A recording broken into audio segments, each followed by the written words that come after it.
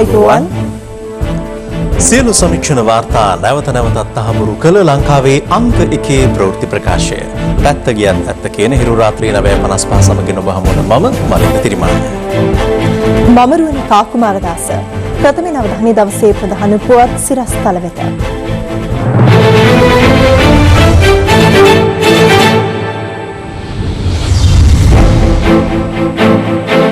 මහමැතිවරණය කවදාද? දිනය ප්‍රකාශයට පත් කිරීම ලබන සඳුදා. පාස්කු ඉරිදා දෙමටගොඩ නිවස පිපුරුණු හැටි. මූල්‍ය ආයතන කඩාවැටීමේ වගකීම මහ බැංකුව බාරගත යුතුයි. අගමැති කියයි. අර්ජුන් මහේන්ද්‍රන් සිංගප්පූරුවේදී නම වෙනස් කරලා. පිටිපස්සේ හිටපු අය මේ සල්ලි බෙදාගත්ත අය අර්ජුන මහේන්ද්‍රන් ගෙනාවොත් දන්නවා ඒගොල්ලත් අහු වෙනවා කියලා. ඒකෙදි මම හිතන්නේ දන්නෝ දනි. කහතිත් පළඟැටි උවදුර රට පුරා පැතිරෙයි. වර්ගවාදයට එරෙහි ඇමරිකානු විරෝධතා උත්සන්න වෙයි.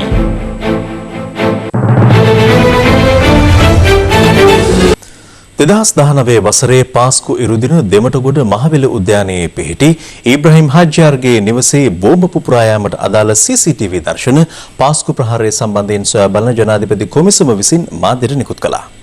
කොමිසම හමුවේ අනාවරණ වූයේ ශැන්ග්‍රීලා බෝම්බකරුවෙකු වූ ඉල්හාම් අහමඩ් එදින අලුයම 1ට පමණ නිවසට ගොස් සිය බිරිඳ හා දරුවන් වැළඳගෙන හඬා වැටී ඇති බවයි. පාස්කු ප්‍රහාරය සම්බන්ධයෙන් සොයා බැලීමට පත් කළ ජනාධිපති විමර්ශන කොමිසන් සභාව හමුවේ ඊයේ ප්‍රථමයෙන් සාක්ෂි දුන්නේ ශැන්ග්‍රීලා හෝටලයට එක් මරාගෙන මැරෙන බෝම්බ ප්‍රහාරයක් එල්ල කළ ඉල්හාම් අහමඩ්ගේ බිරිඳගේ සහෝදරයයි. ෆාතිමා ජිෆ්රි නම් තම සහෝදරිය කුඩා කාලයේ සිටම සාමාන්‍ය යුවතියක් ලෙස හැදී වැඩුණු බව සාක්ෂිකරු කොමිසම හමුවේ ප්‍රකාශ කළා. විවාහයෙන් අනතුරුව නැගණිය සහ ඇගේ සැමියා වූ ඉල්හාම් අහමඩ් තම පවුල සමග පැවති සම්බන්ධතා ක්‍රමක්‍රමයෙන් අඩු වූ බව පැවසූ සාක්ෂිකරු ජනාධිපති කොමිසම හමුවේ පෙන්වා දුන්නේ නැගණිය අන්තවාදී අදහස් දරන තැනැත්තියක් බවට පත් වූ බවයි. අන්තවාදී මතවාද හේතුවෙන් තම විවාහයටද සහභාගී නොවූ සිය නැගණිය සහ සැමියා ශ්‍රී ලංකාව තුළ මුස්ලිම් ජනතාවට ඡන්දය පාවිච්චි කළ නොහැකි බවටත් ඔවුන් එසේ කළ යුත්තේ ඉස්ලාම් රාජ්‍යයක් තුළ පමණක් බවත් පැවසූ බව සාක්ෂිකරු අනාවරණ කළා.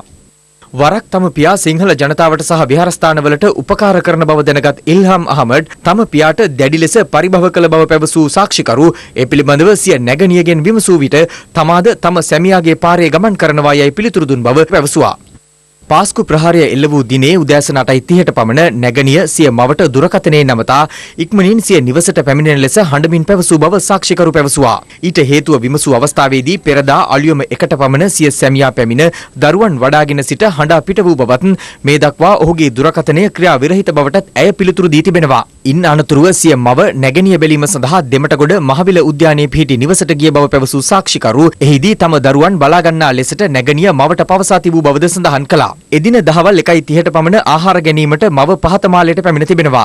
පොලිසිය මහවිල උද්‍යානයේ නිවසට පැමිණි එම අවස්ථාවේදී බෝම්බ පිපිරීම සිදුව ඇති බවද ඔහු ප්‍රකාශ කළා.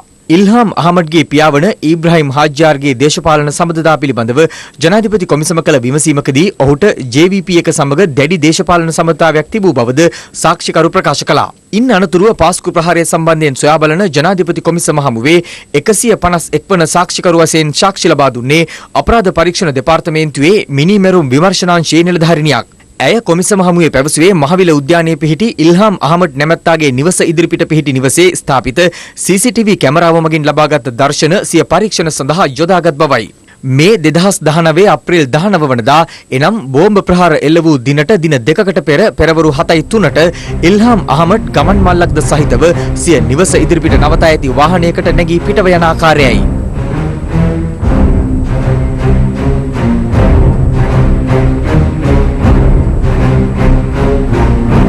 මේ එදිනම පෙරවරු 10:59ට ඉල්හාම් ත්‍රිරෝද රථයකින් සිය නිවසට පැමිණි ආකාරයයි.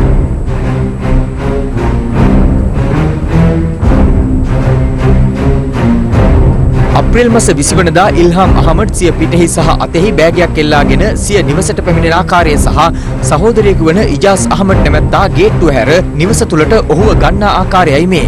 අප්‍රේල් 21 වනදා එනම් බෝම්බ පුපුරා ගිය දිනේ අලුයම 1:24ට රතු පැහැති ටී-ෂර්ට් එකක් සහ කැප් තොප්පියක් පැළඳ ඉල්හාම් අහමඩ් නිවසින් පිටව ගොස් ඇත්තේ මෙලෙසින්. ඒ අවස්ථාවේදී ඔහුගේ බිරිඳ ෆාතිමා ජිෆ්රිද නිවසේ ගේට්ටුව අසලට පැමිණෙනවා.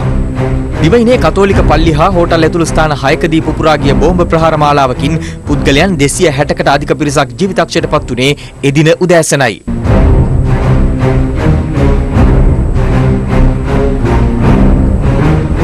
පාස්කු ප්‍රහාරය සම්බන්ධයෙන් සොයා බලන ජනාධිපති කොමිසම හමුවේ ඉන් අනතුරුව දෙමටගොඩ මහවිල උද්‍යානයේ නිවස තුළ බෝම්බ පුපුරා යන ආරක්ෂක කැමරා දර්ශන ඉදිරිපත් කරනු ලැබුවා. එහිදී පස්වරු 2:30ට සිවිල් ඇඳුමින් සැරසුණු කොළඹ අපරාධ විමර්ශන කොට්ටාසයේ නිලධාරීන් සහ ඉන් අනතුරුව අපරාධ පරීක්ෂණ දෙපාර්තමේන්තුවේ නිලධාරීන් අදාළ නිවසට පැමිණෙන ආකාරය සටහන්ව තිබුණේ මෙලෙසයි. අනතුරුව පස්වරු 2 පසු වී මිනිත්තු 26යි තප්පර 19ට පළමු බෝම්බය පුපුරා යනවා.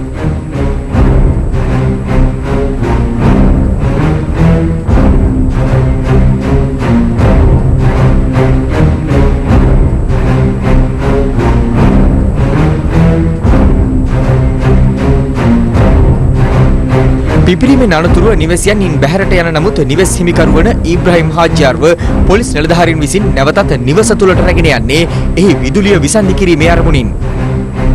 කෙසේ වෙතත් පළමු පිපිරීමෙන් හරියටම මිනිත්තු 16යි තප්පර 46කට පසුව මහවිල උද්‍යානයේ පිහිටි මෙම නිවසේ දෙවන බෝම්බ පිපිරීම සිදුවන්නේ මෙලෙසයි.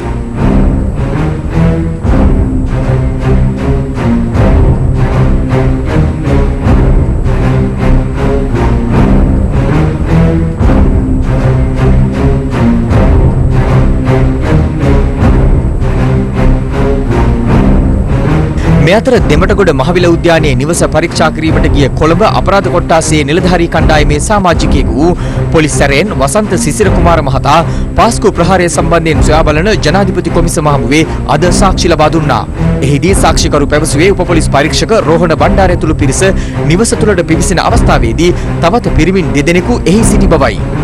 රෝහණ බණ්ඩාර මහතා තමාව පහළ මාලයේ රඳවා බණ්ඩාර සහ දුලංජන යන නිලධාරීන් සමග උඩුමහලට ගිය බවද වසන්ත සිසිර කුමාර මහතා පැවසුවා.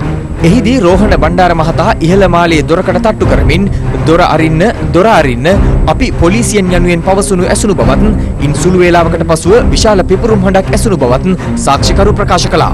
ඔහු පැවසුවේ ඒ සමග තමාද නිවසේ සිටි පිරිස සමග නිවසින් බැහැරට පැමිණි බවයි. තමා ක්ෂණිකව තම කාර්යාලයට සිද්ධිය වාර්තා කිරීමෙන් අනතුරුව එහි පැමිණි තවත් පොලිස් නිලධාරීන් පිරිසක් නැවතත් නිවසට ගොස් ඉතා සුළු වේලාවකදී දෙවන පිපිරීමද සිදු වූ බව පැවසූ සාක්ෂිකරු කොමිසම හමුවේ පෙන්වා දුන්නේ තමා සමග නිවස තුළට ගිය සෙසු නිලධාරීන්ගේ තත්ත්වය සොයා බැලීමට තමා තුළ වූ අවශ්‍යතාවය වචනයෙන් විස්තර කළ නොහැකි බවයි. එලෙස පිපිරීම සිදු වූ ස්ථානයට ගිය අවස්ථාවේදී රෝහණ බණ්ඩාර මහතාගේ සහ තවත් නිලධාරීන් දෙදෙනෙකුගේ සිරුරු හමු වූ බවත් ඒවාට දැඩි ලෙස හානි වී තිබූ බවත් වසන්ත සිසිර කුමාර මහතා ප්‍රකාශ කළා. මෙහිදී ජනාධිපති කොමිසම විමසුවේ අදාළ කාමරය පරීක්ෂා කිරීමක් සිදු කළේද යන්න පිළිබඳවයි. එහි තිබූ කාන්තාවකගේ යයි සැලකිය හැකි පාදයක කොටස් සහ කුඩා දරුවන්ගේ යයි සැලකිය හැකි ශරීර කොටස් කිහිපයක් ද හමු වූ බව සාක්ෂිකරු පිළිතුරු දුන්නා. ඉදිරි මහමැතිවරණයේ පැවැත්වෙන දිනේ ලබන සඳුදා ප්‍රකාශයට පත් කරන බව මැතිවරණ කොමිෂන් සභාවේ සභාපති මහින්ද දේශප්‍රිය මහතා පවසනවා. ඔහු මේ බව සඳහන් කළේ මහමැතිවරණයේ ඉදිරි කටයුතු සම්බන්ධයෙන් මැතිවරණ කොමිෂන් සභාවේ පැවති විශේෂ සාකච්ඡාවකින් පසු මාධ්‍යට අදහස් පළ කරමින්. දවසේ පුවත පාර්ලිමේන්තුව විසිරුවා හැරීම සහ ජූනි 20 වනදා මැතිවරණය පැවැත්වීමට දින නියම කිරීමට එරෙහිව ගොනු කර තිබූ පෙත්සම් විභාගයට නොගෙනම ප්‍රතික්ෂේප කිරීමට අගවිනිසුරුවරයා ප්‍රමුඛ පංච පුද්ගල ශ්‍රේෂ්ඨාධිකරණ විනිසුරු මඩුල්ල ඊයේ ඒකමතකව තීන්දුව කළා. ඒ දින 10ක දෙපාර්ශවයේ කරුණු දැක්වීමෙන් අනතුරුවයි. අද මැතිවරණ කොමිෂන් සභාව රැස් වුණේ මෙම තීන්දුවෙන් අනතුරුව ඉදිරි කටයුතු සම්බන්ධයෙන් සාකච්ඡා කිරීමේ අරමුණින්. ඉදිරි මහමැතිවරණය පැවැත්වීම සඳහා අවශ්‍ය සෞඛ්‍ය නිර්දේශමාලාව පිළිබඳවද මෙහිදී අදහස් පළ කෙරුණා. මැතිවරණය පැවැත්වීමේ දිනය සහ ඒට අදාළ ව්‍යවස්ථාවක දැන්වීම නිකුත් කිරීමේ කටයුතු ලබන සතියේ සඳුදා පැවැත්වෙන කමිෂන් රබා රැස්වීමේදී තීරණය කරයි. සෞඛ්‍ය නිර්දේශවල තියෙන මූලික කරුණු තුනයි. මීටර එක දුර නිරතුරුව මත්සේදීම සහ මුවාවරණය කළඳ සිටීම. ඒක හරහා අපේ ඡන්ද විමසීමේ තියෙන සියලුම කටයුතු වලට එකින් එක ඔවුන් මේ කරුණු කියලා තියෙනවා. මේ වගේ රූප සටහන් වලින් ඒවා පැහැදිලි කරලා තියෙනවා. අපි ඉල්ලා සිටිනවා දේශපාලන පක්ෂ වලින් අපේක්ෂකයන්ගේ මහා යෝධ දැවැන්ත මහා රැලි සංදර්ශන තියන්න එපා. අපේක්ෂකයන් විසින් රැස්වීම් වලට ජනතාව ප්‍රවාහනය කරන්න එපා. ඒ කරුණු අනුගමනය කරන්න කියන එක තමයි මේ පොත් පිංචේ සම්පූර්ණයෙන්ම තියෙන්නේ. 2021 දෙසැම්බර් වල වුණත් මේ තත්ත්වයම පවතින බව තමයි වෛද්‍ය විශේෂඥයෝ කියන්නේ. ඒක නිසා මේ පාර්ලිමේන්තු මැතිවරණය නෙවෙයි අතුරුදහන් වෙලා අප හොයාගන්න නියමිත පළාත් සභා ඡන්ද විසීම තියෙනකොට මේ තත්ත්වෙම තියෙයි. ඒක නිසා අපි මේකත් එක්ක ජීවත් වෙන්න ඕනේ. මේකත් එක්ක ඡන්දේ තියන්න පුරුදු වෙන්න ඕනේ. හැබැයි ඡන්දේ තියනවා කියලා ගාලා කඩාගත්ත පිරිසක් වගේ කඩාගෙන එන්නේ නැතුව පිළිවෙලට යහපත් සෞඛ්‍ය පුරුදු වලින් වැඩ කරමු. මැතිවරණ කමිෂන් සභාවට කිසිම අවශ්‍යතාවයක් නැහැ ඡන්ද විසීම කල් දාන්න. මැතිවරණ කමිෂන් සභාව ක්‍රියා කරන්නේ වසංගතය සමාජගත වීම කමිෂන් සභාවේ ඡන්ද විසීමෙන් කෙරුණ බවට කිසිදු ආකාරයක ඉඩක් නොලැබෙන පරිදි. අපේ තේමාව COVID-19ට පරාජය ජනතාවට ප්‍රජාතන්ත්‍රවාදය. මැතිවරණ ක්‍රියාවලිය දිගටම පවත්වා ගැනීම සඳහා අවශ්‍ය කරන සෞඛ්‍ය මාර්ගෝපදේශන එම මාලාව මැතිවරණ කොමිසමේ සභාපතිතුමා ඇතුළු ඒ අයට බාර දෙනු ලැබුවා. මේ අනුව මැතිවරණ කොමිසම විසින් මේ මැතිවරණ පැවැත්වීම සඳහා කටයුතු යොදනවා ඇති.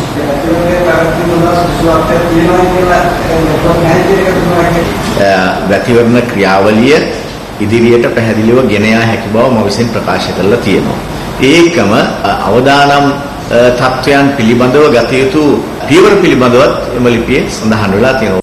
මේ අතර සෞඛ්‍ය අමාත්‍ය පවිත්‍රා වන්‍යාරච්චි මහත්මියද මහමැතිවරණය සම්බන්ධයෙන් මෙලෙස අදහස් පළ කළා. ඡන්ද රැස්වීම පැවැත්විය යුත්තේ කුමන ආකාරයට? ඒ වගේම ඡන්ද දිනයේදී ඡන්ද විමසීම් කටයුතු කළ යුත්තේ කුමන ආකාරයට? ඡන්ද ගණන් කිරීම සිදුවිය යුත්තේ කුමන ආකාරයට? කාරණා සම්බන්ධයෙන් සෞඛ්‍ය අමාත්‍යාංශයේ නිර්දේශ මැතිවරණ කොමිසම වෙත ලබා දෙනු ලැබුවා. මැතිවරණ කොමිසමට මේ නිර්දේශ ලැබීමත් එක්ක මං හිතනවා සෞඛ්‍ය ආරක්ෂිතව මැතිවරණය පවත්වන්නට අවශ්‍ය කටයුතු ඉතා ඉක්මනින් ක්‍රියාත්මක කර ගැනීමට හැකි වෙනවා කියලා. මේ අතර රජයේ මුද්‍රණාලයාධිපතිනි ගංගානි ලියනගේ මහත්මිය සඳහන් කළේ ඉදිරි මහමැතිවරණයේ මනාප අංක ඇතුළත් ගැසට් පත්‍රය මේ වන විට මුද්‍රණයට සූදානම් කර ඇති බවයි. මැතිවරණ කොමිෂන් සභාව මැතිවරණය පැවැත්වෙන දිනේ ප්‍රකාශයට පත් කිරීමෙන් අනතුරුව අදාළ ගැසට් නිවේදනය නිකුත් කරන බව ඇය සඳහන් කළා. රජයේ මුද්‍රණාලයාධිපතිනිය වැඩිදුරටත් සඳහන් කළේ මැතිවරණ කොමිෂන් සභාව ආසන්න දිනයක් ප්‍රකාශයට පත් කළහොත් මැතිවරණයට අදාළ මුද්‍රණ කටයුතු වේගවත් කළ යුතු බවයි. තැපැල්පති රංජිත් ආරියරත්න මහතා ප්‍රකාශ කළේ මැතිවරණ කොමිසම මහ මැතිවරණය පවත්වන දිනය ප්‍රකාශයට පත් කළ වහම තැපැල් දෙපාර්තමේන්තුව හරහා ඒ සම්බන්ධයෙන් සිදු කරන සියලුම සේවා සැපයීමට සූදානම් බවයි. දවසේ පුවත මැතිවරණය නොපවත්වන්නේ ඉල්ලා ගොනු කළ පෙත්සම් විභාගයේ ප්‍රතික්ෂේප කිරීමට ඊයේ ශ්‍රේෂ්ඨාධිකරණය ගත් තීරණය සම්බන්ධයෙන් පක්ෂ විපක්ෂ දේශපාලනඥයින් මෙලෙස අදහස් පළ කළා.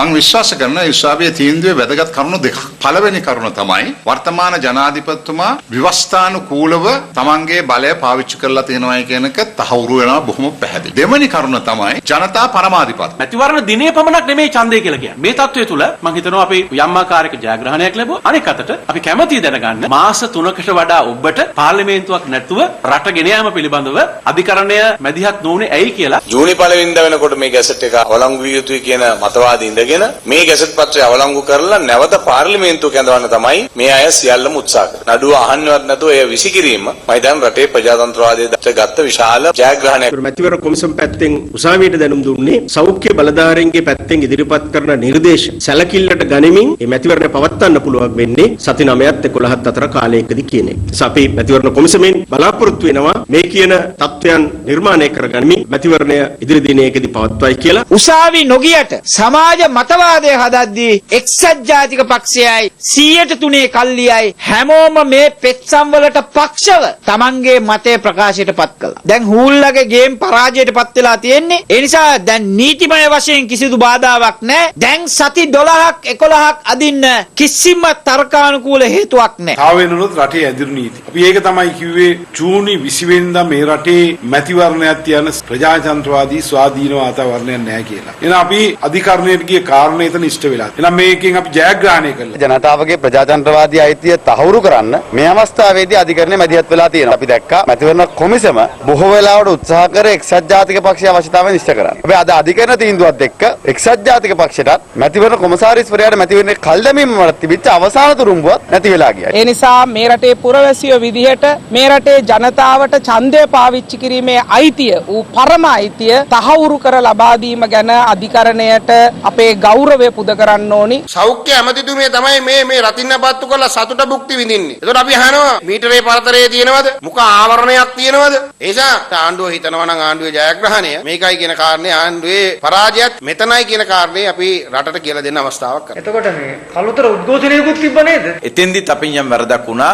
ඒ දුරස්ථභාවය තියාගත්තා නම් තව දුරටත් හොඳයි. සමගි ජන බලවේගයේ සහ එක්සත් ජාතික පක්ෂයේ කට්ටියට දැන් වෙලා තියෙන්නේ ගෙදර ගියොත් අඹුණහි මග හිටියොත් ඕනහයි. ඡන්දේ කැන්සල් වෙනවා කියලා තමයි ගමට ගිහිල්ලා කී හිටි. දැන් ගමට යන්න බෑ. මම අභියෝග කරන්න පුළුවන් නම් සජිත් මහත්තයාට කියන්න තමන්ගේ පිළ ගන්න හදන മന്ത്രി සංඛ්‍යාව කීයද? අපි කියනවා බය නැතුව 3න් 2ක් ගන්නවා අපි පොහොට්ටුව. ඉරහඳ වගේ විශ්වාස. රට තුළ ආර්ථික අවපාතයක් උද්ගත ඇති බව එක්සත් ජාතික පක්ෂ නායක රනිල් වික්‍රමසිංහ මහතා පවසනවා. එක්සත් ජාතික පක්ෂයේ නියෝජනය කරන මහනුවර දිස්ත්‍රික් අපේක්ෂකයින් සමග පැවති සාකච්ඡාවකට එක් වෙමින් ඔහු පැවසුවේ රජය ඒ සම්බන්ධයෙන් ජනතාවට කරුණු පැහැදිලි කළ යුතු බවයි. එළඹෙන මහමැතිවරණයේ සඳහා එක්සත් ජාතික පක්ෂයෙන් මහනුවර දිස්ත්‍රික්කයට තරඟ වදින අපේක්ෂකයන් සහ රනිල් වික්‍රමසිංහ මහතා අතර හමුවක් අද කොළඹදී පැවැත්වුණා. මේ ඡන්දය අනික් ඡන්දවලට වඩා වෙනස්. මොකද මේ කාලෙදී අපේ රටේ ජනතාවට ජීවත් වෙන්න අමාරුයි. ඊට අමතරව බඩු මිල වැඩි වෙනවා. බඩු මිල වැඩි වෙන්න හේතුව අනික් රටවල් වල COVID-19 නිසා බඩු මිල ටිකක් අඩු වුණා. ඇයි එදා තරම් ඉල්ලීම තිබුණේ නැහැ. ලෝකෙ ඉල්ලීම අඩු වෙලා බඩු මිල වැඩි වුණේ එකම රට ලංකාව බවට පත් වෙලා තියෙනවා. පොරොන්දුන දීමනා රජයට දෙන්න බැරි වුණා මාසයකට පස්සේ. මොකද ආර්ථික තත්ත්වය නිසා. මැතිවරණ කොමිසම ඒක තහනම් කරේ නැහැ. මැතිවරණ කොමිසම කිව්වේ දේශපාලනේ නැතුව මේවා බෙදන්න කියලා. ඒත් ආණ්ඩුවට මුදල් තිබුණේ නැහැ. ඒ වගේම තමයි පුද්ගලික ආයතන වලට ඒ බලාපොරොත්තු මුදල් ලැබිලා නැහැ. ණය ගන්නට හරි අමාරුයි. අද අපිට පෙනෙන්නේ සාමාන්‍යයකට වඩා විශාල කඩාවැටීම ලංකාවේ ආර්ථිකයේ තියෙනවා. අපි ආණ්ඩුවට කියන්නේ මේ ගැන කරුණු හෙලි කරන්න. මෙහෙම කරුණු හංගගෙන ඉන්නවා නම් අන්තිමට සිදුවෙන්නේ රටේ ජනතාව COVID-19 යටත් නොවුනත් සාගින්නට යට වෙලා ජීවිතේ නැති වෙයි. එම අවස්ථාවට එක්සත් ජාතික පක්ෂ උපනායක රවි කරුණානායක මහතාද සහභාගී වූ අතර සාකච්ඡාවෙන් අනතුරුව ඔහු මාධ්‍ය වෙත මෙලෙස අදහස් පළ කළා. ඊයේ උසාවි තීරණය එක්ක මොකද ඊළඟට වෙන්නේ?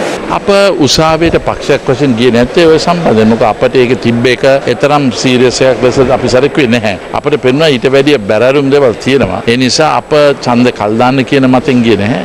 සමගි ජන බලවේගයේ ඊයේ මැතිවරණ මොන බලවේගයද? සමගි ජන බලවේගය අයිමක උත්තරම් කරනවා. සමගි ජන බලවේගය. උන්ගේ නඩුව විභාගයට නොගැනීම උන් ජයග්‍රහණය කරා කියලා ඔබතුමා මේක කොහොමද දකින්නේ? දැන් මොකද උසාවි ගියේ ඒගොල්ලෝ? සමාවෙන්ද සමගි ජන බලවේගය ගැන ඔබතුමා දන්නේ නැද්ද එහෙම පක්ෂයක්? කියන්නේ පක්ෂ ගණනාවක් ඇති. නමුත් අපි ප්‍රබල පක්ෂ ලෙස සැලකන කටයුතු කරන පක්ෂ ගණනාවක් තියෙනවා. ඔබතුමාලගේ පක්ෂයේ උපනායකයා තමයි මේ පක්ෂ නායකයා වෙලා තියෙන්නේ. ඒ කියන්නේ ඔබතුමාලගේ පක්ෂයේ උපනායකයා දක්ෂ නැහැ කියලාද ඔබතුමා ඔය කියන්නේ? ඡන්ද තිබ්බනේ ප්‍රතිඵල ලැබුණානේ. දැන් කොහෙද ඉන්නේ? ඒකෙන් පේනවනේ. හිටපු ජනාධිපතිවරයා කියනවා අස්තන් 21000 ඇගිලි ගෙවනකම් අස්තන් කරන්න. අවුරුද්දෙන් මහින්දන් ගෙන්නවා. එයාට දැනුවේ දෙක තේරෙන්නේ. අවුරුදු 5ක් හිටියේ මොකද්ද ඒ කරන්නේ? දැනුවේ යගේ 21000 ගැන කිව්වේ. ඒ කතා කරේ. ඇයි ඒව ගැන ක්‍රියාත්මක කරේ නැත්තේ? ඉතින් ඒ වගේ අවුරුදු 5ක් ගියා නම් තේරෙනව නේද මොනවද උනේ කියලා. අපි මේ සීලාචාරකම නිසා තමයි එහෙම මේව කරන්නේ. එයා කරපු දේවල් ගැන අපර නිකරුණේ චෝදනා කරලා. හිටපු මහබැංකුව අධිපති අර්ජුන් මහේන්ද්‍රන් මෙරටට ගෙන්වා ගැනීමට නොහැකි වූයේ එවකට පැවති යහපාලන රජයේ පිරිසක් විසින් ජාත්‍යන්තර පොලිසියට ලබා දුන් සාවද්‍ය තොරතුරු හේතුවෙන් බව හිටපු ජනාධිපති මෛත්‍රීපාල සිරිසේන මහතා පවසනවා. අද පැවති ශ්‍රී ලංකා නිදහස් පක්ෂ ප්‍රවෘත්ති සාකච්ඡාවේදී ඔහු මේ බව අනාවරණ කළා. දැන් අස්සම් 21000ක් ගහපුවා මම දැක්කා සමාජ වෙබ් අඩවිවලයි සමහර මාධ්‍යවල මේකත් නිකන් උපහාසාත්මකව සමහර අය නම් ප්‍රකාශ කරලා තියෙනවා. අර්ජුන මහේන්ද්‍රන් ගෙන්වා ගැනීමට කටයුතු කිරීමේදී නීති දෙපාර්තමේන්තුවේ නිලධාරි මහත්තුරු තමයි මට කිව්වේ ජනාධිපතිතුමා අස්සම් 21000කට ගහන්න තියෙනවා වෙලාවල් ඕන කාලය ඕනේ. අන්තර්ජාතික පොලිසියට අපි ශ්‍රී ලංකා රජයේ ඇරියා ලියු මොහු අත්අඩංගුවට ගැනීමට අවශ්‍ය කටයුතු කරන්න මේ විදිහේ බරපතල මුල්‍ය වංචාවකට මොහු සම්බන්ධයි කියලා. අපේ ආණ්ඩුවේම කට්ටියක් මම මේක මීට කලින් කියලා නැහැ ඉන්ටර්පෝල් එකට ලිව්වා මේක මුල්‍ය වංචාවක් හෝ එහෙම පිළිබඳව ප්‍රශ්නයක් නෙවෙයි මේක දේශපාලන ප්‍රශ්නයක් ඒක නිසා මේකට ඉන්ටර්පෝල් එක මැදිහත් වෙන්න එපා කියලා ඊට පස්සේ ඉන්ටර්පෝල් එක දැනුම් දුන්නා අපිට මේ විදිය දන්වලා තියෙනවා ඒක නිසා මැදිහත් වෙන්න බැහැයි දීර්ඝ ලෙස කරුණු පැහැදිලි කරලා විශාල ලිපිගොනු රාශියක් අපි ඉන්ටර්පෝල් එකට ආපහු වැරිලා ඒ අරපුවාම ඒක ඉන්ටර්පෝල් එක පිළිගත්තා පිළි අරගෙන තමයි රෙඩ් නෝටිස් නිකුත් කෙරුවේ අර්ජුන මහේන්ද්‍රන් අත්අඩංගුවට ගන්නවා අද වෙනකොට වර්තමාන තත්ත්වය අර්ජුන මහේන්ද්‍රන් සිංගප්පූරුවේ ඉඳන් නම වෙනස් කරගෙන තියෙනවා. මේකට ඉන්ටර්පෝල් එක මැදිහත් වෙන්න එපා කියලා. ඒ ලියපු අය සිංගප්පූරුවේ ඇතැම් බලවතුන් සමග විශාල සම්බන්ධතාවයක් තිබෙනවා. ඒ උඩ තමයි මේක නැවතිලා තියෙන්නේ. පිටිපස්සේ හිටපු අය මේ සල්ලි බෙදාගත්ත අය අර්ජුන මහේන්ද්‍රන් ගෙනාවොත් දන්නවා ඒගොල්ලත් අහු වෙනවයි කියලා. ඒකෙදි මම හිතන්නේ දන්නෝ දනි. අග්‍රාමාත්‍යවරයාගේ මූලිකත්වයෙන්වත් ලියුවද කියලා කියන්නේ. දන්නෝ දනි. කරකට කෙනකල් ගහපු එකේ ප්‍රතිඵලයක් තියෙනවා. කරකට නෙවෙයි ජීපට්ට.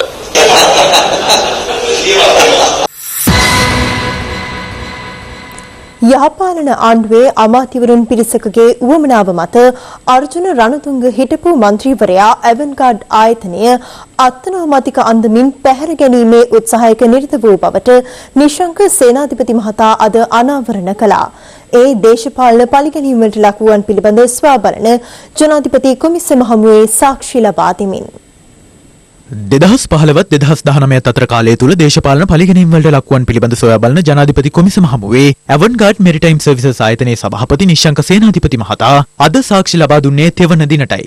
යහපාලන රජයේ වුවමනාව මත හිටපු අමාත්‍යවරුන් වන පාටලී චම්පික රණවක, රාජිත සේනාරත්න මෙන්ම අර්ජුන රණතුංග යන අයගේ දේශපාලන වුවමනාව මත ඇවන්ගාඩ් මෙරිටයිම් සර්විසස් ආයතනය අත්නෝමතික අයුරින් පවරාගත් බවයි කොමිසම හමුවේ සාක්ෂි ලබා දෙමින් අද ඔහු අනාවරණ කළේ. මම දැක්ක අර්ජුන රණතුංග අමාත්‍යවරයා පවසලා තියෙනවා රත්න ලංකාදර රුපියල් මිලියන 10කුත් නාවික හමුදාව රුපියල් මිලියන 600කුත් දියුතිය කියා. ඔහු සැඟවු කාරණේ තමයි ඊට ප්‍රථම අපි නාවික හමුදාවෙන් ඉල්ලලා තියෙන අලාභය රුපියල් මිලියන 2800ක්. දෙවෙනි දේ තමයි මෙම ව්‍යාපාරයේ අර්ජුන රණතුංග මහතා ඔහුගේ ලේකම්වරයෙක් කරා පැහැර ගැනීම සඳහා කටයුතු කළ ආකාරයත් මම ඔප්පු කරලා පෙන්නන්නම්. මම අභියෝග කරනවා හිටපු ක්‍රිකට් කැප්ටන්ට කොන්ද පණ තියෙනවා නම් ඕනෑම විද්‍යුත් මාලිකට එන්න කියලා විනාඩි 5කින් මම මේ දෙන අභියෝගය ඉවර කරලා දානවා. ඊට අමතරව මිනිසුන් අන්දීමේ කලාවේ පිකාසෝ පච්ච රණවකුණොත් චම්පික පාටලි රණවක තහෙන්චයින් දවා මුදල් කප්පන් ඉල්ලාගෙන සැලසුණු ආකාරයේ මම කට උත්තරස ඊළඟ දවසේ Tamanට මේක දාලා පෙන්නන. මේ දේශපාලනේ පාදඩ ව්‍යාපාරික දුණු මේ JVP නඩය අනුර කුමාර ඇතුළු 7 දෙනාට වෙන්න මම තනියෙන් විනාඩි 10කදී මේකේ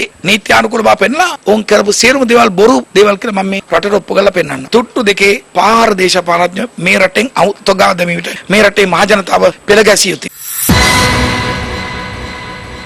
COVID-19 වෛරසයට සමාන රෝග ලක්ෂණ මතුවීම හේතුවෙන් හැටන් දිමුල ප්‍රදේශයේ මාධ්‍යවේදියෙකු ඇතුළු තිදෙනෙකු දින 14ක් ස්වයං නිරෝධායනයට යොමු කර තිබෙනවා. කෙසේ වෙතත් වසංගත රෝග විද්‍යා ඒකකයේ අධ්‍යක්ෂ විශේෂඥ වෛද්‍ය සුදත් සමරවීර මහතා පැවසුවේ ඔවුන්ට කොවිඩ් ආසාදිත බවට මෙතෙක් තහවුරු වී නොමැති බවයි.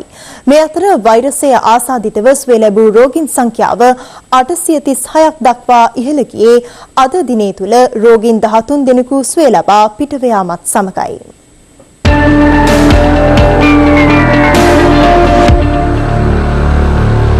ඊයේ වාර්තා වූ ආසාදිතයන් 40 දෙනාගෙන් 32ක් විදේශයන් සිට මෙරටට පැමිණ නිරෝධාය සඳහා යොමු කර සිටි අයයි. ඔවුන්ගෙන් 27 දෙනෙක් කටාර සිට පැමිණි පුද්ගලයන් වන අතර කුවේට් සිට පැමිණි 3 දෙනෙකුට සහ ඩුබායි හා රුසියාවේ සිට පැමිණි පුද්ගලයන් 2 දෙනෙකුටද COVID-19 ආසාදනය වී තිබුණා. යුද හමුදාපති ලුතිනන්ට් ජෙනරාල් ශවේන්ද්‍ර සිල්වා මහතා පැවසුවේ නාවික හමුදාවේ සමාජිකයන් 7 දෙනෙකුට සහ ඔවුන්ගේ පවුලේ සමාජිකයෙකුට වෛරසය ආසාදනය වී ඇති බවට හඳුනාගත් බවයි. කෙසේ වෙතත් COVID-19 ආසාදනය වී පූර්ණ සුවය ලැබුවන්ගේ සංඛ්‍යාව 836ක් දක්වා ඉහළ ගොස් ඇත්තේ අද තවත් රෝගීන් 13 දෙනෙකු සුවය ලැබීමත් සමගයි. වෛරසය ආසාදනය වූ නාවික හමුදා සමාජිකයන් 9 දෙනෙකු සුවය ලබා පිටව යාමත් සමග සුවය ලැබූ සමස්ත නාවික හමුදා සමාජිකයන් සංඛ්‍යාව 424ක්. මේ අතර හැටන් දිමුල ප්‍රදේශයේ දමිළ පුවත්පත් මාධ්‍යවේදියෙකු ඇතුළු 30 දෙනෙකු දින 14ක් ස්වයං නිරෝධායනයට යොමු කර තිබෙනවා. ඒ අදාළ මාධ්‍යවේදියාට COVID-19 වෛරසයට සමාන රෝග ලක්ෂණ පෙන්වීම හේතුවෙන් ඔහුට දික්කොය මූලික රෝහලෙන් PCR පරීක්ෂණයක්ද සිදු කර ඇති අතර ඔහු සමග ඔහුගේ රියදුරා සහ අරක් කැමියාද පතන ප්‍රදේශයේ පිහිටි නිවසේදී ස්වයං නිරෝධායනයට යොමු කර තිබෙනවා. අදාළ මාධ්‍යවේදියා අභවප්‍රාප්ත අමාත්‍ය ආරුමුගම් තොණ්ඩමන් මහතාගේ දේහයට අවසන් ගෞරව දැක්වීම සඳහා අමාත්‍යවරයාගේ බත්තරමුල්ල නිවසට සහ ලංකා කම්කරු කොංග්‍රස් මූලස්ථානයේ දේහය තැන්පත් කර තිබූ අවස්ථාවේ මාධ්‍ය ආවරණ කටයුතු වලට සහභාගී වී තිබෙනවා. මේ ජනමාධ්‍යවේදියාගේ සාම්පලයක් අරගෙන පරීක්ෂා සඳහා යොමු කරලා තියෙනවා. ඒ යොමු කරලා තියෙන්නේ COVID-19 හා සමාන රෝග ලක්ෂණ තිබුණු නිසා මිසක් ඔහුව COVID-19 රෝගියෙක් විදිහට සැක කරගෙන නිසා නෙවෙයි. අපි යම් කිසි විදිහෙන් COVID-19 රෝගියෙක් කියයි සැක කළා නම් ඔහු අනිවාර්යයෙන් රෝහලේ පරීක්ෂණය ප්‍රතිඵල ලැබෙන තුරු අපි තබා ගන්න. ඒ නිසා මෙතනදී COVID-19 රෝගය පැතිරීම පිළිබඳව කිසිම විදියක අවධානමක් හෝ එහෙම තහවුරු වීමක් සිදු වෙන්නේ නැහැ. මේ අතර ඉන්දියාවේ සරණාගත කඳවුරක නැවතී සිටි මෙරට පුද්ගලයෙකු සිය දියණිය සමග බෝට්ටුවකින් තලෙමන්නාරම ප්‍රදේශයෙන් මෙරටට පැමිණ මඩු පොලිසියට බහර වී තිබෙනවා. ඒ ඉන්දියාව තුළ මේ වන විට පවතින කොවිඩ් අවධානම හේතුවෙන් ශ්‍රී ලාංකිකයන් වූ ඔවුන් 1990 වසරේදී ඉන්දියාවට ගොස් තමිල්නාඩුවේ සරණාගත කඳවුරක නැවතී සිය බිරිඳ සහ දරු දෙදෙනා සමග දිවිගෙවා ඇති බවටයි වාර්තා වන්නේ. පොලිසිය පැවසුවේ ඔවුන් දෙදෙනා පූනානි නිරෝධායන මධ්‍යස්ථානයට යොමු කිරීමට පියවරගෙන ඇති අතර එම කටයුතු අවසන් වූ පසු නීති විරෝධී සංක්‍රමණය පිළිබඳ නීතිමය කටයුතු සිදු කිරීමට නියමිත බවයි. මේ අතර සාමාන්‍ය ජනතාව මුඛ ආවරණ භාවිත කළ යුතු අවස්ථා සම්බන්ධයෙන් නියෝජ්‍ය සෞඛ්‍ය සේවා අධ්‍යක්ෂ ජෙනරාල් විශේෂඥ වෛද්‍ය පබා පලිහවඩන මහත්මිය මෙලෙස අදහස් පළ කළා. කාර් එක ඇතුලේ තනිවම යනකොට අවශ්‍ය වන්නේ නෑ කිසිසේත්ම වාතයේ මේ විස බීජය නැහැ. මේ නිවසේ ඔබත් සමග මේ පවුලේ කෙනෙක් කාර්ය තුල ගියත් මුව ආවරණයක් පැළඳීම අවශ්‍ය වන්නේ නැහැ. ක්‍රීඩා, මන්තිරුවල ඇවිදින අවස්ථාවල්, ව්‍යායාම් කිරීමේදී නිවසේ සිටින විටත්, ගෙවත්තේ සිටින විටත් මුව ආවරණ පැළඳින්න එපා. පොදු ප්‍රවාහනයක් භාවිතා කරන විට ඔබ බැංකුවට යනවා නම්, ඒ වගේම ඔබ වෙළඳ සැලකට යනවා නම් මුව ආවරණයක් පැළඳීම කළ හැකි. ඒ වගේම කාර්යාලයට පැමිණෙන විට ඔබ මුව ආවරණයක් පැළඳගෙන ආවත් කාර්යාලය තුලදී ඔබ තනිවම වැඩ කරන වෙලාවට මුව ආවරණේ ඉවත් කරලා හොඳින් හුස්ම ගනිමින් රාජකාරී කටයුතු කරන්න. රැස්වීමකට යනවා නම් කණ්ඩායමක් සමග එකතු වෙන එවැනි අවස්ථාවකදී මුව ආවරණයක් පැළඳින්න පුළුවන්. මේ අතර ලබන සඳුදා සිට දුම්රිය බස් ඇතුළු සියලු පොදු ප්‍රවාහන සේවා සාමාන්‍ය අන්දමින් පවත්වාගෙන යාමේ තීරණය අනුව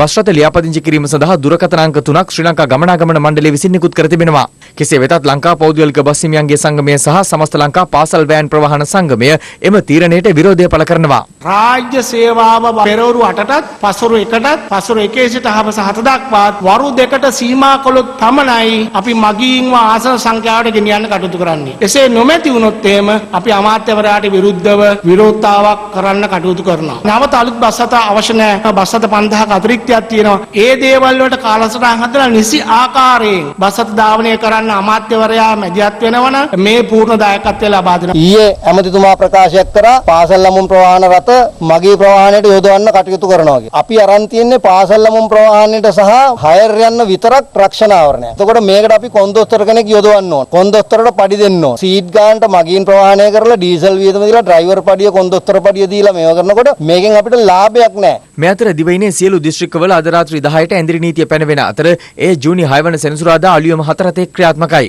ඒ අනුව හෙට සහ පොසොන් පොහොය යෙදෙන සිකුරාදා දෙදින තුල මුළු දිවයිනටම ඇඳිරි නීතිය ක්‍රියාත්මක වනවා.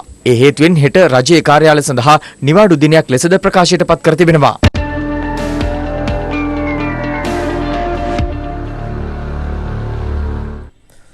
මොරටුව සොයිසපුර ආපන ශාලාවකට වෙඩි තැබූ කප්පම් සිද්ධියේ තවත් සැකකරුවෙකු අද අත්අඩංගුවට ගෙන තිබෙනවා. අදාළ කප්පම් සිද්ධිය සම්බන්ධයෙන් මීට පෙරද සැකකරුවන් 5 දෙනෙකු අත්අඩංගුවට ගත් අතර ඔවුන්ගෙන් 2 දෙනෙකු සන්තකයේ තිබී හෙරොයින් මත්ද්‍රව්‍ය හමු වුණා. ආරක්ෂාවට යොදවා සිටි පොලිස් නිලධාරීන් දෙදෙනෙකු බලා සිටියේදී මොරටුව සොයිසාපුර ප්‍රදේශයේ පිහිටි ආපන ශාලාවකට වෙඩි ප්‍රහාරයක් එල්ලවන්නේ පසුගිය 29 වෙනිදායි. අදාළ ආපන ශාලාවට පසුගිය 19 වෙනිදා කප්පම් ඉල්ලා පැමිණි පිරිසක් පහර දීමක්ද සිදු කර තිබුණා. මෙම සිද්ධියෙන් පිළිබඳ අප පසුගිය 30 වෙනිදා හිරු ප්‍රවෘත්ති ඔස්සේ විකාශය කර අතර එහිදී අප පෙන්වා දුන්නේ හෝටල හිමිකරුගෙන් කප්පම් ඉල්ලා තර්ජනය කළ පුද්ගලයා හා ක්‍රිකට් ක්‍රීඩක ධනංජය සිල්වාගේ පියාවන හිටපු නාගරික මන්ත්‍රී රංජන් සිල්වා 2018 වසරේදී ඝාතනය කිරීම අතර සම්බන්ධයක් පවතින බවයි. ගත වූ දින කිහිපයේදී පොලිස් විශේෂකාර බලකාය හා පොලිසිය මෙම සිද්ධීන් සම්බන්ධයෙන් සැකකරුවන් කිහිප දෙනෙකු අත්අඩංගුවට ගත්තා. පොලිස් විශේෂකාර බලකාය විසින් අදාළ කප්පම් සිද්ධිය සම්බන්ධයෙන් අද රත්මලාන මහින්ද පාරේදී එක් සැකකරුවෙකු අත්අඩංගුවට ගත් අතර ඔහු 34 හැවිරිදි චාමික ජයසූරිය නම් පුද්ගලයෙක්. සැකකරු දැනට විදේශගතව සිටින පාතාල සමාජිකයන් වන කුඩු අංජු සහ ධර්මසිරි යන අයගේ අතරමැදියෙකු ලෙස පෙනී සිටි පුද්ගලයෙක් බවට තොරතුරු අනාවරණය වුණා. මේ අතර ගල්කිස්ස පොලිසිය ඊයේ පස්වරුවේ තවත් සැකකරුවන් 2 දෙනෙකු අත්අඩංගුවට ගත්තා. අඟුලාන හා රත්මලාන ප්‍රදේශවලදී එම සැකකරුවන් අත්අඩංගුවට ගත් අතර ඔවුන් සන්තකයේ තිබී හෙරොයින් ග්‍රෑම් 2යි මිලිග්‍රෑම් 225ක්ද පොලිස් බාරයට ගෙන තිබෙනවා. වැඩ කර ඉන්නකොට දෙන්නෙක් ආවා මොකක්ද ඇහුවා පාරක් ගැන. පස්සේ ආ ඉස්තරේ කියනකොට එකපාරට වෑන් එක ආව දාගත්ත ගියා. මේ අතර තම ස්වාමියාට කිසියම් පුද්ගලයෙකු පැමිණ තර්ජනය කර මොරටුව ආපන ශාලාවේ හිමිකරුට දුරකථන ඇමතුමක් ගන්නා ලෙස මීට ඉහතදී පැවසූ බව අත්අඩංගුවටගත් පුද්ගලයෙකුගේ බිරිඳ ප්‍රකාශ කළා. බයිකින් කවුද ඇවිල්ලා ඉඳගෙන මෙතන වැඩ කරන ගමන් කිව්වා එන්න කියලා. උඹට ෆෝන් එකක් කියලා දුන්නා. ලක්ෂ 5ක් අරන් දෙන්න එක පයින්ට කියන්නේ කිව්වා. ෆෝන් එක දුන්නා. ධර්මසිරිට කල්ගන්දන කිව්ව කතා කරන කියලා. ඊපස්සේ ඒක නම් ගත්තා. ඉතින් ගිහම මගේ යාළුවනේ එන්නේ කියලා මේකේ තියපන් කියලා එහෙම ටිකක් තර්ජන කරා. ඉතින් මාතේ තමයි සර් පයින්ට දුන්නේ. ගල්කිස්ස පොලිසිය මගින් අත්අඩංගුවටගත් සැකකරුවන් සම්බන්ධයෙන් ජ්‍යෙෂ්ඨ නියෝජ්‍ය පොලිස්පති දේශබන්දු තෙන්නකෝන් මහතා අදහස් පළ කළා. අප අපරාධ සඳහා භාවිතා කරපු ගිනි අවිය ළඟ තබාගෙන සිටි පුද්ගලයෙක් සහ එය ප්‍රවාහනය කරපු පුද්ගලෙක් තමයි ඊයේ ඉදිරිපත් කළා තියෙන්නේ. ඔවුන්ගෙන් අනාවරණය වූ කරුණු අනුව මේ සිද්ධිය සම්බන්ධ තවත් සැකකරුවා ගණනාවක්ගේ විස්තර මේ වෙද්දී ඉදිරියට වෙලා තිනවා. තාම ඉක්මනින් එම සැකකරුවන් සියලු දෙනාම අත්අඩංගුවට අරගෙන මේ අපරාධය සම්පූර්ණයෙන්ම විසඳීම පොලිසිය ක්‍රියා කරනවා. පොලිස් විශේෂකාර බලකායද ඊයේ පස්වරුවේ තවත් සැකකරුවෙකු රත්මලාන ශ්‍රී ඥානේන්ද්‍ර මාවතේදී අත්අඩංගුවට ගත්තේ සොයිසාපුර වෙඩතවීම සම්බන්ධයෙන්. ඩිලාන් කුමාර සිබේරා නැමැති එම සැකකරු අවස්ථා තුනකදී ආපනශාලාවේ හිමිකරුගෙන් කප්පම් ඉල්ලූ පුද්ගලයෙකු බවටයි සැක කරන්නේ. පසුගිය පළමු වනදාද පොලිස් විශේෂකාර බලකාය අකුරස ප්‍රදේශයේදී තවත් සැකකරුවෙකු අත්අඩංගුවට ගත්තා. ශාලු රොෂාන් ඉන්දික නම් එම සැකකරු වෙඩතබීමේ සිද්ධියට අනුබල දුන් අයෙකු බව වාර්තා වුණේ. ඔහු ඩුබායිහි රැඳී සිටින කුඩු අංජු නැමැති පාතාල නායකයාගේ සමීපතමයෙකු වන අතර හිටපු නාගරික මන්ත්‍රී රංජන් ද සිල්වා ඝාතනයේ සිද්ධියේද සැකකරුවෙක්. ආපනශාලාවට පහර දී අලාභාන කිරීම සම්බන්ධයෙන් තවත් සැකකරුවෙකු වන කොණ්ඩ ජනිත් නැමැත්තා පසුගිය 30 වෙනිදා අත්අඩංගුවට ගත්තේ පානදුර එළවිල ප්‍රදේශයේදී. මේ අතර පසුගිය 30 වෙනිදා වැලිගම මිරිස්ත ප්‍රදේශයේදී සන්ෂයින් සුද්දා නැමැත්තාට වෙඩතබීමේ සිද්ධියට අදාළ ප්‍රධාන සැකකරු වන අතුරුගිරියේ ජෙරම් නැමැති පාතාල සමාජිකයා හෙරොයින් ග්‍රෑම් 34යි මිලිග්‍රෑම් 200ක් සමග වැලිගම මෝදර මන්සන්දියේදී අත්අඩංගුවට ගෙන තිබෙනවා. ඒ පොලිස් විශේෂකාර බලකායේ අපරාධ මර්දන ඒකක නිලධාරීන් විසින් අත්අඩංගුවට ගත් සැකකරු රක්ෂිත බන්ධනාගාරගතව සිට මීට දින කිහිපයකට ඉහතදී අප නියම පුද්ගලයෙක්. ඔහු රක්ෂිත බන්ධනාගාර ගත කර ඇත්තේ ඔරුවල් ප්‍රදේශයේදී පොඩි සුදා නම් පුද්ගලයා ඝාතනය කිරීමේ සිද්ධිය සම්බන්ධයෙන්. අතුරුගිරිය ජෙරම් අංගොඩ ලොක්කා අනුකරණය කරමින් පාතාල ක්‍රියාකාරකම් රැසක් සිදු කර ඇති බවට අනාවරණය කරගෙන ඇති අතර පසුගිය 30 වෙනිදා ඔහු වෙඩතබා ඝාතනය කිරීමට උත්සාහ කළ සන්ෂයින් සුද්දා නැමැත්තා මාකඳුරේ මදුෂ්ගේ සමීපතමයෙකු බවත් අනාවරණ වුණා. නැගෙනහිර පළාතේ පුරාවිද්‍යාත්මක උරුම කළමනාකරණය සඳහා ජනාධිපති කාර්යසාධක බලකායක් පත් කර තිබෙනවා. ආරක්ෂක ලේකම් විශ්‍රාමික මේජර් ජෙනරාල් කමල් ගුණරත්න මහතාගේ සභාපතිත්වයෙන් පත් කර ඇති මෙම කාර්යසාධක බලකායට සමාජිකයන් 11 දෙනෙකු ඇතුළත්. නැගෙනහිර පළාතේ පොතුවිල්හි පිහිටා ඇති මුහුදු මහා විහාර පුදබිම ඉඩම් ආක්‍රමණිකයන්ගේ දැඩි ග්‍රහණයට නතුව තිබුණේ කලක සිටයි. හිරු CIA මෙම ඉඩම් ආක්‍රමණය ගැන යහපාලන ආණ්ඩුව සමයේද දිගින් දිගට මනාවරණය කළත් ඊට නිසි පිළියම් යෙදුනේ නැහැ. COVID-19 ව්‍යාප්තිය පාලනයට ඇඳිරි නීතිය ක්‍රියාත්මක කර තිබූ කාලවකවානුවේ කොල්ලකරුවන් යලිත් වරක් මුහුදු මහා විහාරයේ ඉඩම් ආක්‍රමණය කිරීමට පටන්ගෙන තිබුණා. හිරු CIA ඒ පිළිබඳ හෙළිකිරීමත් සමග ජනාධිපති ගෝඨාභය රාජපක්ෂ මහතාගේ උපදෙස් පරිදි ආරක්ෂක ලේකම් විශ්‍රාමික මේජර් ජෙනරාල් කමල් ගුණරත්න ඇතුළු රාජ්‍ය නිලධාරීන් පිරිසක් මුහුදු මහා විහාරයේ නිරීක්ෂණයට පැමිණියා. ඒ මැයි මාස 15 වෙනිදායි. එම සංචාරයේදී මුහුදු මහා විහාරයේ ආරක්ෂාව සඳහා නාවික හමුදා උපානුඛණ්ඩයක්ද පිහිටුවීමට පියවර ගැනුණා. මුහුදු මහා විහාරයට මේ වෙච්ච අබැද්දිය මමත් දැකගත්තේ හිරු මාධ්‍ය හරහා. ඉතින් අපි රජයේ පැත්තෙන් මේ ස්ථාන ආරක්ෂා කරන්න අවශ්‍ය සියලුම සහයෝගය ලබා දෙනවා. ජනාධිපති ගෝඨාභය රාජපක්ෂ මහතා නැගෙනහිර පුරාවිද්‍යාත්මක උරුමයන් රැක ගැනීම පිළිබඳ තවදුරටත් අවධානය යොමු කළ අතර පසුගියදා එතුමා මහා සංඝරත්නය හමුවේ සඳහන් කළේ නැගෙනහිර උරුමය රැක ගැනීම උදෙසා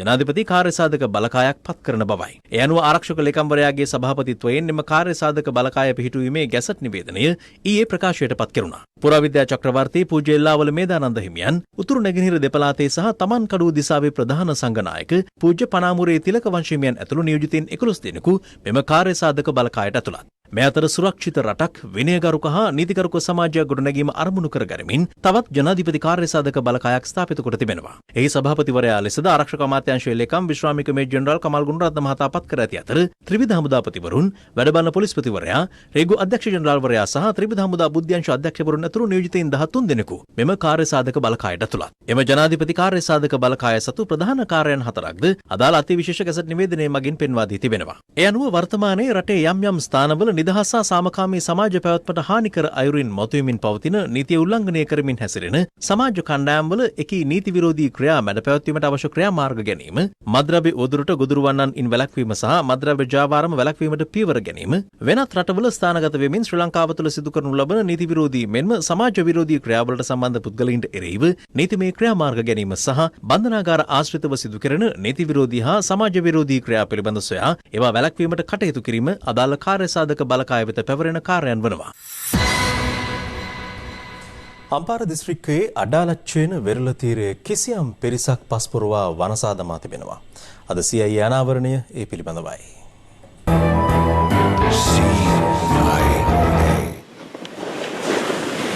නැගෙනහිර පළාතට අයත් අම්පාර දිස්ත්‍රික්කයේ අඩාලච්චේන සුන්දර වෙරළ කලාපයයි මේ. පසුගිය දින කිහිපයේ කිසියම් පිරිසක් මෙම සුන්දර වෙරළ තීරය පස්දමා පුරවමින් මාර්ග ඉදිකරන බවට හිරු CIA වෙත තොරතුරු අනාවරණ වුණා. ඒ අනුව අඩ්ඩාලච්චේන වෙරළ තීරයට ගිය හිරු CIA කණ්ඩායමට දැකගත හැකි වුණේ බැකෝ යන්ත්‍ර භාවිත කරමින් වෙරළ කලාපය සුණු විසුණු කර ඇති බවයි.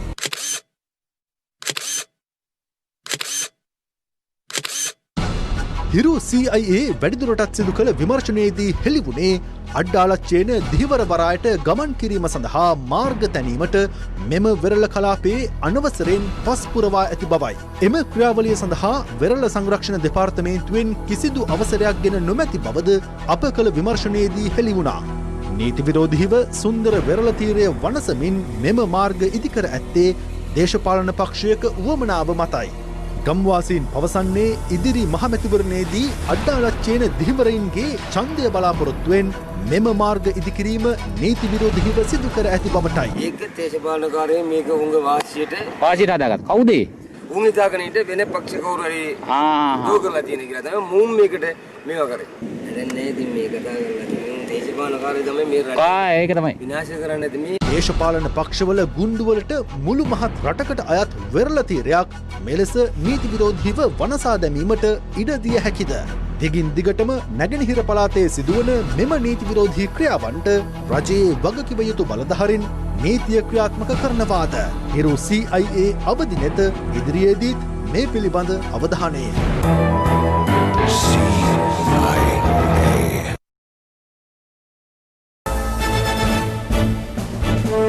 ශ්‍රී ලංකා මහ බැංකුව යටතේ පවතින මූල්‍ය ආයතන කඩා වැටීමේ වගකීම මහ බැංකුව බහරගත යුතු බව අග්‍රාමාත්‍ය මහින්ද රාජපක්ෂ මහතා පවසනවා. ඔහු මේ බව සඳහන් කළේ අද පස්වරුවේ අරලියගහ මන්දිරයේ පැවති විශේෂ සාකච්ඡාවකදී.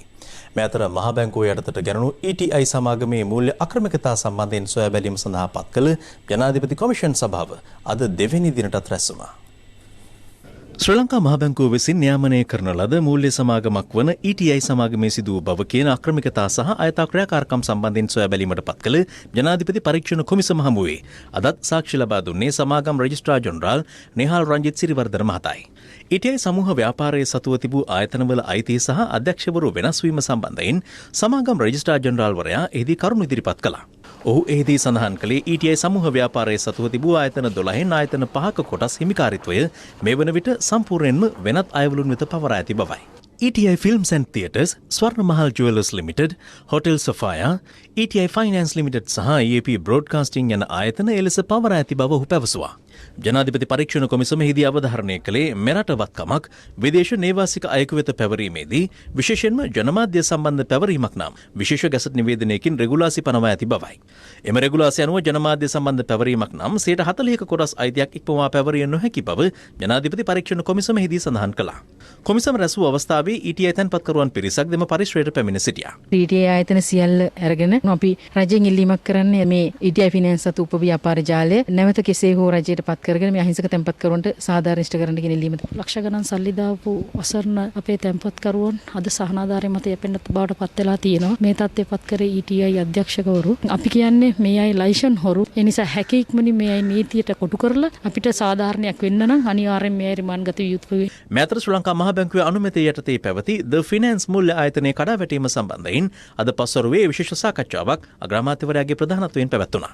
සෙන්ට්‍රල් බැංකුවේ වගකීම ඊට වඩා වෙනස් විය යුතුයි කියලා මම නම් විශ්වාස කරන්නේ. මොකද මම කම්පැනියක් හැදුවා නම් ෆිනෑන්ස් කම්පැනි එකක්. ඒක සෙන්ට්‍රල් බැංක් එකෙන් අධීක්ෂණය කරනවා නම් සහ මම ප්‍රසිද්ධ කරනවා නම් මේකේ තැන්පත් කරන්න අපි වගකීම බාර ගන්නවා කියලා. මම හිතන්නේ දැන් දාලා තියෙනවා. මම නම් කියන්නේ නීති හදන්න වේවි අපිට. අනාගතයේදී මොකද්ද අපි කරන්න යන්නේ කියන එක. ඒකට මේවට ඉඩ දීලා තිබුණොත් මේකෙන් දිගින් දිගටම මුළු සමාජයටම ලොකු ප්‍රශ්නයක්. සෙන්ට්‍රල් බැංක් එකේ කෙරෙහි තියෙන විශ්වාසය පළුදු වෙන්න පුළුවන්.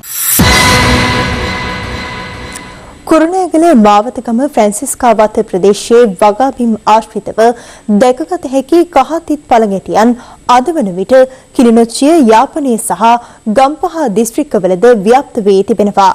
කීට විද්‍යාඥයින් පෙන්වා දෙන්නේ මෙය වසංගත තත්ත්වයක් දක්වා වර්ධනය විය හැකි බවයි.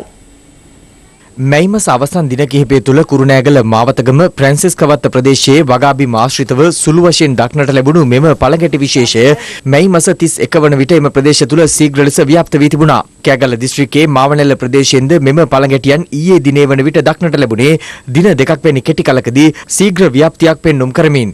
මේ අතර අද වන විට මාතර පූරුගමුව සහ වලකන්ද හා බෙලියත් යන ප්‍රදේශවලට මෙන්ම ගම්පහ කිලිනොච්චිය සහ යාපනීය දිස්ත්‍රික්කවලටද මෙම පළගැටි උවදුර ව්‍යාප්ත වී තිබෙනවා.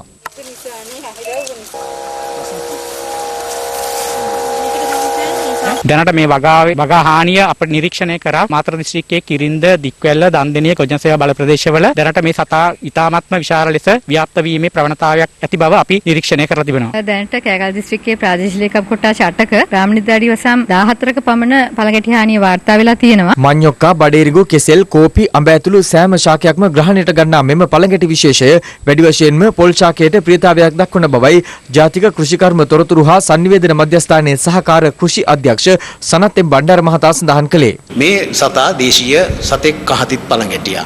පරිසරික සාධක නිසා මේ සතුන් වැඩිපුර බෝ වෙන බව තමයි කීට විද්‍යාඥයින් කියන්නේ. මේ සතාගෙන් අපේ වගාබිම් වලට හානියක් වෙන්නට පුළුවන්. ඒ නිසා පසුගිය 31 වෙනිදා මේ සතා මුලින්ම වාර්තා වුණු වෙලේම මාවතගම ප්‍රදේශයට කෘෂිකර්ම බලධාරීන් ගිහිල්ලා ඒ සතා මර්ධනය කිරීමට රසායන ද්‍රව්‍ය ඉසීම පවා සිදු වුණා ස්ථානීයව ඒ සතා ඉන්න තැන් වලට විතරක්. ඒ අනුව මේ සතාව මර්ධනය කිරීම සාර්ථකව දැනට කිරීගෙන ගොස් තිබෙනවා. 1925 වසරේ සිට පොල් වගාව ආශ්‍රිතව දැකගත හැකි වූ මෙම පළඟැටි විශේෂය මේ වන විට තෘණ හා දැව ශාකවලටද ව්‍යාප්ත වීම විශේෂත්වයක්. කහතිත් පළඟැටියා ලෙස දැනට හඳුනාගෙන ඇති මෙම පළඟැටියා ඇතැම් ප්‍රදේශවල කෝපි පළඟැටියා ලෙසද හඳුන්වනවා. මෙම පළඟැටි විශේෂය මර්ධනය කිරීම සඳහා මාතර දිස්ත්‍රික්කයේ කෘෂි නිලධාරීන් අද පලිබෝධනාශක ඉස්වීම සිදු කළා. පලිබෝධනාශක මගින් මෙම පළඟැටි ව්‍යාප්තියට පිළියම් සෙවිය හැකිද? මේ අවස්ථාවේදී ඒගොල්ලන්ට පියාපත් නැහැ. ඒ නිසා පැන තමයි යන්නේ. නමුත් පියාපත් ලැබුණාම ඒගොල්ලන්ට වෙනත් විශාල ප්‍රදේශයකට යන්නත් පුළුවන්. ඒ වගේම තමයි උස ගස් වලට යන්න පුළුවන්. මේ අවස්ථාවේදී ඇත්තටම වඩාත්ම සුදුසු වෙන්නේ ඒ කියන්නේ පරිසරයට අවම හානියක් සිදු කරන කෘමිනාශක පාවිච්චි කරලා ගහණය අඩු කිරීම තමයි මේ අවස්ථාවේදී අපි බලාපොරොත්තු වෙන්නේ. මේ අතර පොළොන්නරුව වැලිකන්ද නෙළුම් වැව ගම්මානයේ ඊයේ දිනේදී දක්නට ලැබුණු සමනල විශේෂය අද වන විට මාදම්පේ මැදගම ප්‍රදේශයේ ස්ථාන කිහිපයකින් දක්නට ලැබුණු බව ප්‍රදේශවාසීන් පවසනවා. කෙසේ වෙතත් මෙම සමනල විශේෂය ආක්‍රමණශීලී කෘමියෙකු නොවන බවයි කෘෂිකර්ම දෙපාර්තමේන්තුව පවසන්නේ. තව දේශීය පොත් කිහිපයක් සමගින් රටවටා හිරු. අභාව ප්‍රාප්ත හිටපු ආණ්ඩුකාර ජනාධිපති නීතිඥ මාෂල් පෙරේරා මහතාගේ දේහය අද බදුල්ල අධිකරණ සංකීර්ණය වෙත රැගෙන ඒමෙන් අනතුරුව ආගමික වතාවත් සිදු කිරීම සඳහා විල්ස්පා ක්‍රීඩාංගණය වෙත රැගෙන ආ අතර එම අවස්ථාවට අග්‍රාමාත්‍ය මහින්ද රාජපක්ෂ මහතාද එක්ව සිටියා. දේහය පිළිබඳ අවසන් කටයුතු බදුල්ල පොදු සුසාන භූමියේදී අද පස්වරුවේ සිදු කෙරුණා.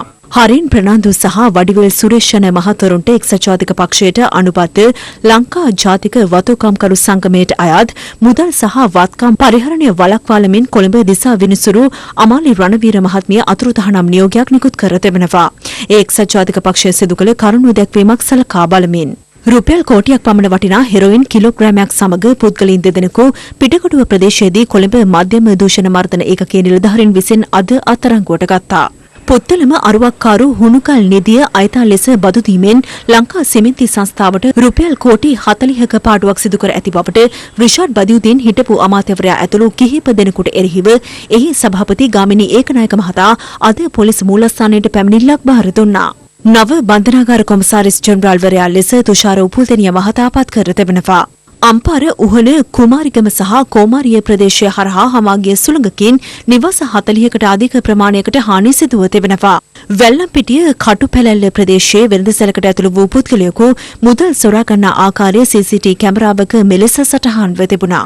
COVID-19 අවධානම සහ ඩෙංගු ව්‍යාප්තිය පාලනය අවම කිරීම සඳහා වීදි නාට්‍යයක් හරහා ජනතාව දැනුවත් කිරීමට අඹගමුව සෞඛ්‍ය වෛද්‍ය නිලධාරී කාර්යාලය පොලිසිය හා එක්ව මෙලෙස කටයුතු කළා.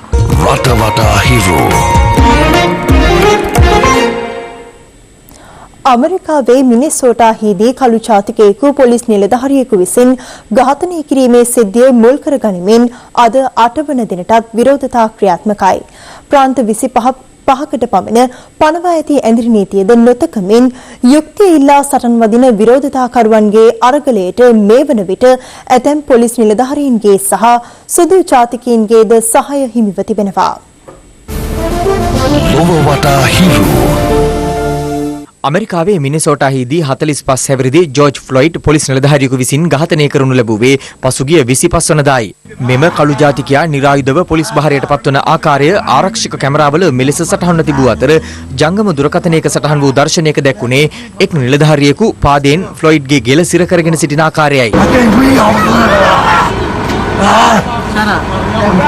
මෙම සිද්ධියත් සමග යුක්තිය ඉල්ලා මිනිසෝටාවලින් නැරවි විරෝධතා ඇමරිකාව පුරා හිස ඔසවනු ලැබුවා. ඔරිගන්හි මාර්ගයක් මත ජනතාව මෙලෙස විරෝධය පළ කළේ ඝාතනය වූ ජෝර්ජ් ෆ්ලොයිඩ් අවසන් වරට සිටි ඉරියව්ව සිහිපත් කරමින්. I can't breathe හෙවත් මට හුස්ම ගැනීමට අපහසුයි යනුවෙන් ජෝර්ජ් ෆ්ලොයිඩ් අවසන් වරට කළ ආයාචනය විරෝධතාකරුවන්ගේ ප්‍රධාන සටන් පාඨයක් වී තිබෙනවා.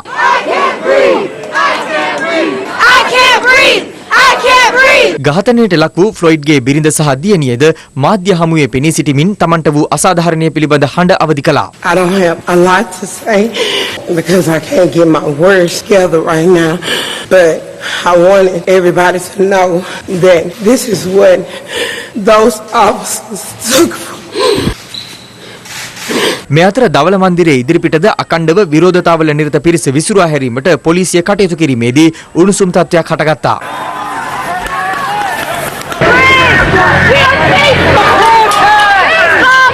කෙසේ වෙතත් හූස්ටන් ඇතුළු ප්‍රාන්ත රැසක පොලිස් නිලධාරීන්ද විරෝධතාවලට සහාය දීමට එක්ව සිටිනවා.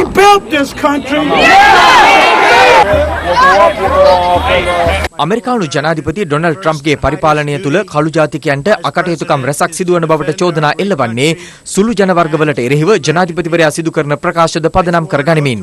ඒ අනුව මේ වන විට ඇමරිකාවේ ගොඩනැගෙන විරෝධතා ජෝර්ජ් ෆ්ලොයිඩ් හට සාධාරණයක් අපේක්ෂා කිරීම මෙන්ම ජනපති ට්‍රම්ප් විරෝධයක් බවටද පත්ව තිබෙනවා. මේ අතර ඇමරිකානු ජනාධිපතිවරයා විරෝධතා මැඩපැවැත්වීමට හමුදාව යෙදවීමට සූදානම් වීම සම්බන්ධව මාධ්‍යවේදියෙකු කැනඩා අග්‍රාමාත්‍යවරයාගේ මතය විමසූ අතර ඊට ඔහු මද වේලාවක් නිරුත්තරව සිට මෙලෙස ප්‍රතිචාර දැක්වුවා. I'd like to ask you what you think about that, and if you don't want to comment, what message do you think you're sending?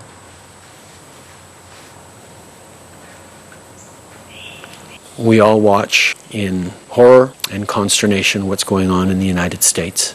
මේ අතර අතිඋතුම් ශුද්ධෝත්තම ෆ්‍රැන්සිස් පාප් වහන්සේද වර්ගවාදයට එරෙහිව ක්‍රියා කිරීමේ වැදගත්කම පෙන්වා දෙනවා. ආදරණීය ඇමරිකානුවනේ, ජෝර්ජ් ෆ්ලොයිඩ්ගේ මරණයෙන් පසු ඔබගේ සමාජය නොසන්සුන් වන අයුරු මම දුටුවා. මිත්‍රවරුනි, ජාතිවාදයට හිස එසවීමට ඉඩ දීමට හෝ අපට දෙස නොබලා දැස් පියාගෙන සිටිය නොහැකි. මේ අතර බටහිර ඉන්දිය කොදෙව් ක්‍රිකට් කණ්ඩායම සිය රතු පැහැති ලාංඡනය කළු පැහැගන්වමින් ජෝර්ජ් ෆ්ලොයිඩ්ගේ ඝාතනය හෙලා දැකීමට පියවරගෙන තිබෙනවා. සුපිරි බටහිර ඉන්දිය කොදෙව් ක්‍රීඩක ක්‍රිස් ගේල්, ඩැරන් සාමි සහ හිටපු ශ්‍රී ලංකා ක්‍රිකට් නායක කුමාර් සංගක්කාරද වර්ගවාදයට එරෙහිව සහ ෆ්ලොයිඩ්ගේ ඝාතනය හෙලා දකිමින් ට්විටර් පණිවිඩ නිකුත් කර තිබුණා. එංගලන්ත ක්‍රිකට් කණ්ඩායමේ නිල ට්විටර් ගිණුමේද මෙලෙස වේගපන්දු යවන ක්‍රීඩක ජොෆ්රා ආචර් සුදු ජාතික ක්‍රීඩකයන් වැළඳගෙන සිටින ඡායාරූපයක් මුදා හැර ඇත්තේ කළු ජාතිකයන්ට මිත්‍රත්වයේ දෑත දිගු කිරීමේ සංකේතයක් ලෙසයි. මේ අතර ඇමරිකානු පොලිසිය මීට පෙර අවස්ථා රැසකදීම කටයුතු කළ ආකාරය දැක්වෙන දර්ශනද සමාජ මාධ්‍යයේ මේ දිනවල සංසරණය වනවා. කළු ජාතිකයන් ඇමරිකානු ජනගහනයෙන් 13%ක තරම් සුළුතරයක්. ප්‍රබල සමාජ ක්‍රියාකාරකයෙකු වූ මාටින් ලූතර් කිංද ජාතිවාදයට එරෙහිව හඬ නැගූ අතර ඔහු සිය ජනප්‍රිය දේශනයෙන් පැවසූ I have a dream හෙවත් මට සිහිනයක් තිබෙනවා යන්න ඇමරිකාව තවමත් සැබෑ කර නොගත යථාර්ථයක් බවයි මේ දිනවල සනාථ වෙමින් නැත්තේ. 100 years later, the Negro still is not free. ලොව වටා හිරු ඒ සමගින් අදට අපි සමුගන්නවා. පැත්තනොකත් ඇති දැනගැනීමේ අයිතිය තවදුරටත් තහවුරු කරගන්න තිරේ දිස්සන පරිදි ඔබගේ ජංගම දුරකථන ජාලයට අනුව හිරු SMS ප්‍රවෘත්ති සේවාව සක්‍රිය කරගන්න. හැමෝම හෙට 11:55 අපගේ මධ්‍යහන ප්‍රවෘත්ති ප්‍රකාශය. සුබ රාත්‍රියක්.